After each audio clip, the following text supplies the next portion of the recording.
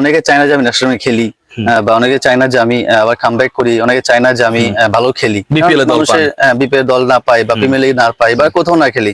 But একটা কথা কি ভাই, আপনার রিজিক আল্লাহর কাছে। আমি যেভাবে জীবনযাপন করি, যেভাবে চলাফেরা করি, লাইক যেভাবে প্র্যাকটিস করতাম আগে, এখনো করি, একটু প্র্যাকটিস টাইমটা বাড়াই দিয়েছি। দ্য সেম টাইম আমার কিছু বাইরে লিগে সুযোগ হচ্ছে খেলার জন্য, ওইটা বলতে আমার খুব একটা কনফিডেন্স বিল্ড আপ করছে আমার কাছে। এবং যেভাবে প্র্যাকটিস করছি রাজশাহীতে আমি 2-2.5 মাস, এটাকে বেস করে এটা কাজে দিচ্ছে আমার এখানে। সাব্বির, হাউ ডিফিকাল্ট ইট ওয়াজ যে আপনি লাস্ট বিপিএল এ ছিলেন না, এবারের বিপিএল এও শুরুটা আসলে আপনি 11 সুযোগ পাচ্ছিলেন না, সেখান থেকে 33 বলে 82, 9টা 6, 3টা 4, strike rate 250 round, how you made it possible? আলহামদুলিল্লাহ, but at the same time ভাই খুবই কষ্টদায়ক একটা বিষয়। আসলে এটা আমার হাতে নাই, কে পিক করবে বা কখন পিক করবে এটা আমার হাতে আসলেই নাই। আমার কাজ হচ্ছে পারফর্ম করা, হার্ডওয়ার্ক করা, আল্লাহ তাআলা যদি সুযোগ করে দেয় খেলবো। বাট টু বি আমি খুব হতাশ ছিলাম লাস্ট ইয়ার যে কেউ একটা পিক করলো না, যে ন্যাশনাল প্লেয়ার, আমার একটা ভালো রেকর্ড বিপিএল এ, এত মানুষ চিনে, এত ভালোবাসে সবাই, but no one pick me. আসলে আমার কাছে মনে হয় বিপিএলটা খুব ফ্রেন্ডলি হয়ে গেছে। হয়তোবা যদি আমি 4-8টা কারোর সাথে বসতে পারতাম বা কারোর সাথে ডিনার করতে পারতাম বা কোথাও যেতে পারতাম ঘুরতে, হয়তোবা পিক করতে পারতো। হয়তোবা এটা আমার দ্বারা সম্ভব হয় নাই বা করতে পারি নাই, হয়তোবা এটা আমার কাছে মনে হয়েছে ফিল অ্যাজ এ একটা ট্যালেন্টেড প্লেয়ার বিপিএল এ মিস করবে।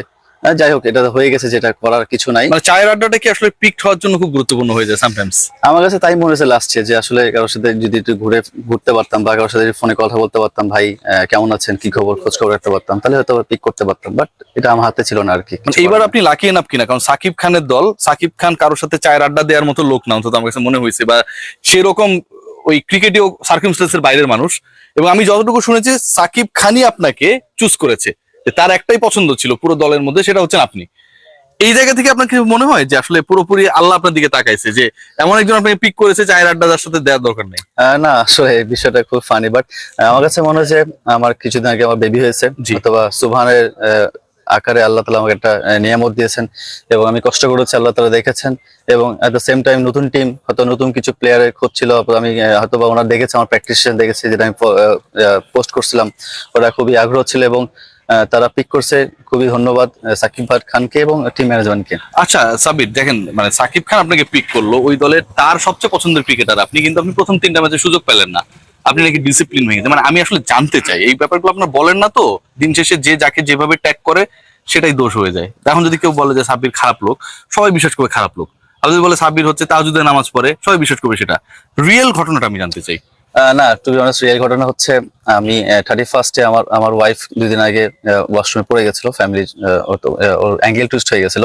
আচ্ছা, তো এটা ম্যানেজার জানে, বাট আমি সেদিনকে রাতে হঠাৎ করে ও ফোন করার কারণে আমি খুব ঘাবড়ে যাই, আমি চলে গেছি টিমতে। নতুন বেবি।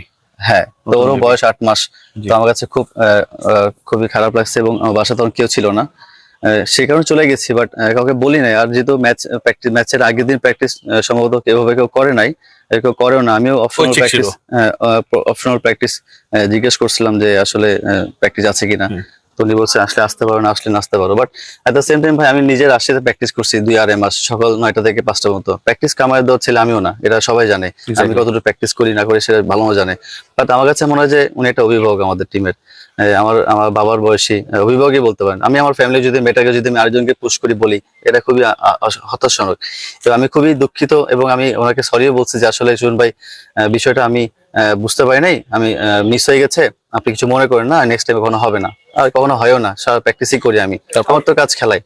তো উনি বলছে it's okay, no problem. But উনি যে মিডিয়াতে এটা বলে দিবে, আমিও শক, টিমের সিও শক, সবাই শক, ফ্যামিলি শক, সবাই। তো সবাই শক। আপনার কথা হয়েছে সুজন ভাইয়ের সাথে? আর হ্যাঁ, সুজন ভাইয়ের সাথে কথা হয়েছে, এরপরে কোনো কথা হয় না, ওনার সাথে আর কোনো কথা বলা হয় না। আপনি যে খেলছেন পরের ম্যাচগুলো, কথা হয় না কোনো? হ্যাঁ, বলছে তুমি খেলতেছো, ফার্স্ট টাইম ব্যাটিং করবা, কোন ব্যাটিং করবা, কি করবা, এটা বলা। আন্তরিক কথা হচ্ছে না, এমনি তো কোনো কথা হয় না আর কি। আর আমার কাজ হচ্ছে খেলা, পারফর্ম করা, পারফর্ম করতে পারলে সবই ওকে। আপনি আমাদের সহকর্মী, আপনি একটা ইন্টারভিউ দিয়েছেন জুবাইরকে ডেইলি সানে, আমার খুব মানে প্রমিসিং রিপোর্টার্সদের একজন। আপনি বলেছেন যে অনেকে আসলে চায় না যে আপনি খেলেন, এটা আসলে কতটুকু সত্য? মানে আপনি কি উদ্দেশ্যে বা কেন এই কথাটা বললেন সাব্বির? নিশ্চয়ই একটা অভিজ্ঞতার মধ্যে দিয়ে আমার কাছে আমি এক্সপেরিয়েন্স হিসেবে বলি, হয়তোবা মানুষের লাইক ডিসলাইক একটা বিষয় আছে। আপনি আমাকে পছন্দ করতে পারেন, আবার নাও করতে পারেন, এটা আপনার ব্যক্তিগত ব্যাপার। আমি যেটা মনে করি যে অনেকে চায় না যে আমি ন্যাশনাল খেলি, বা অনেকে চায় না যে আমি আবার কামব্যাক করি, অনেকে চায় না যে আমি ভালো খেলি, BPL এ দল পান। বিপিএল দল না পাই বা প্রিমিয়ার লিগ না পাই বা কোথাও না খেলি। বাট একটা কথা কি ভাই, আপনার রিজিক আল্লাহর কাছে। এক্স্যাক্টলি। এটা আল্লাহ যদি আপনি কষ্ট করেন, আপনি যদি কাউকে মানেন, তাহলে আপনার আল্লাহ তাআলা আপনাকে এটা কোনোদিনই বাধা দিবে না। সো আমি সবসময় বিলিভ করি আমার আল্লাহর উপরে, আমি আল্লাহর উপর ছেড়ে দিয়েছি যে তুমি যা প্ল্যান করছো, তুমি যেটা মনে করছো আমি অবশ্যই করবো।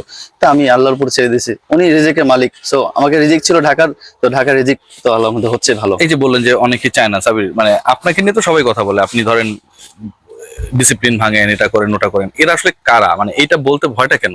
কারণ দিন শেষে তো এরা আপনার বন্ধু না, এবং এরা যখনই সুযোগ পাবে আবারও ধরেন আপনাকে খেলতে যেন না পারেন, সেটা যেই পর্যায়ে হোক সেই কাজটাই করবে, যেহেতু চায়ের আড্ডার সেই পাবলিকটা আপনি না। এরা আসলে কারা বলতে বা নামটা বলতে আসলে সমস্যাটা কোথায়? না, আসলে এরা তো নাম- এমন না যে নাম বলে দিলে এরা আপনার ভালো চাওয়া শুরু করবে। না না, আসলে নাম না, আসলে 18 কোটি মানুষের মধ্যে আপনি 50% মানুষ লাইক করবে, 50% লাইক করবেন, না, এটা স্বাভাবিক। 50% বেশি মানুষ But, সাব্বিরকে লাইক করে। মানুষ হচ্ছে, বিষয়টা হচ্ছে এখন আপনার সামনে একটা আপনার হেড, আপনার পিছনে টেল। জি। তো এই হেড এন্ড টেলের বিষয়টা আমি আসলে খুবই শক যে মানুষ তাড়াতাড়ি চেঞ্জ হয়ে যায়, মানুষ খুব এরা তাড়াতাড়ি কারা চেঞ্জ হয়। সাব্বির? এরা কারা? এটা আসলে ভাই আমি বলতে যাচ্ছি না, বাট আমার কাছে মনে হয় যে এটা আমার কাছে সিক্রেট থাক। আচ্ছা, আমি চাই যে এই বছরটা ভালো খেলি, দেন ইনশাল্লাহ যদি কোনো সময় এরা কি সুযোগ জাতীয় পাই- দল ম্যানেজমেন্টের সাথে বিভিন্ন ভাবে জড়িত থাকে বা? আহ, না আসলে ম্যানেজমেন্ট তো সবাই ম্যানেজমেন্ট। আমি যদি কাউকে জিজ্ঞেস করি ভাই আপনি কে, আমি কোচ। আমি কে, আপনি সহকারী কোচ। আপনি কে, ভাই আমি হচ্ছে বিসিবির লোক। তো অনেকভাবে আমাকে ডিমোটিভেট করে, অনেকভাবেই আমাকে, যেমন আমি লাস্ট এনসিএল খেলতে পারিনি, একটা নির্বাচক বলেছে যে আমি টি10 খেলে এসেছি, আমাকে 2 ম্যাচ বসে রেস্ট দিক। আমি বুঝি না আসলে টি10 এর সাথে ন্যাশনাল লিগের কি স্বাদ, আসলে আমার কোনো আইডিয়া নাই। এনসিএল আপনাকে নেয়? এনসিএল আমাকে নাই। মানে আমি ইউকে তে 6 মাস খেলেছি রেড বল, যে বলে আমি বাংলাদেশে খেলবো এনসিএল, সেটা প্রিপারেশন নিচ্ছে, প্র্যাকটিস করছি, ফিট আছি, ইউএ টেস্ট দিছি, অল গুড ভাই। তারপরেও নাই। আমাকে প্রশ্ন করছে তুই লাস্ট 2 বছর তুমি কি করেছো? ভাই লাস্ট 2 বছরে কেউই পারফর্ম করে না রাজশাহী। যদি কেউ করতো আমরা চ্যাম্পিয়ন হইতাম, আমার 6 নাম্বার হইতাম না। বাট এট দ্য সেম টাইমে লাস্ট 2 বছরে ভাই আমি আর সাব্বির হোসেন রান করছি রাজশাহী ডিভিশনে। আপনি দেখতে পারেন গুগলে, সাব্বির রহমান আর সাব্বির হোসেন লাস্ট 2 বছরে পারফর্ম করেছে। তারপরে কেন নেন আমি জানি না, হয়তো ওই যে বললাম যে আমার এখানে একটা ফ্রেন্ড আছে, এখানে খেলতে হবে, আমার একটা ছেলে আছে খেলতে হবে, আমার এখানে ক্যাম্পে প্লেয়ার আছে এখানে খেলতে হবে, এইভাবে হয়তো বা সাব্বিরকে বাদ সিন্ডিকেট দেওয়া হয়ে হয়েছে। গেছে ডেফিনেটলি। So আমার কাছে মনে হয় যে এটা হওয়া উচিত না। ট্যালেন্ট কখনোই বৃথা যায় না যদি সে কষ্ট করে। তো আমি কষ্ট করছি ভাই, বিপিএল চান্স পেয়েছি, ভালো খেলছে আলহামদুলিল্লাহ এখন পর্যন্ত। দোয়া করবেন যেন আমি শেষ করতে পারবো। শেষ পর্যায়ে সাব্বির 33 বলে 82, 9টা ছক্কা, শুরুতেই বলছিলাম 3টা 4 ছক্কা মারতে আপনি পছন্দ করেন। আমাদের প্রিয় তামিম ইকবাল বলেছেন যে বাউন্ডারি গুলো ছোট, কিন্তু সাব্বিরের আসলে ছক্কা গুলো হচ্ছে গ্যালারি আছে ওদিকে চলে যায়। সাব্বির আর কয়টা বল পেলে আসলে আপনি সেঞ্চুরিটা করে ফেলতে পারতেন? ওই সময় তো খেলতেছিলেন, মানে ওই এই সময়- ব্যাপারটা আমার খুব জানতে ইচ্ছা করে। ওই সময় যে পজিশন ছিলাম আমার কাছে মনে হয় 3টা বল পেলে 3টাই মারতে পারতাম। তাই?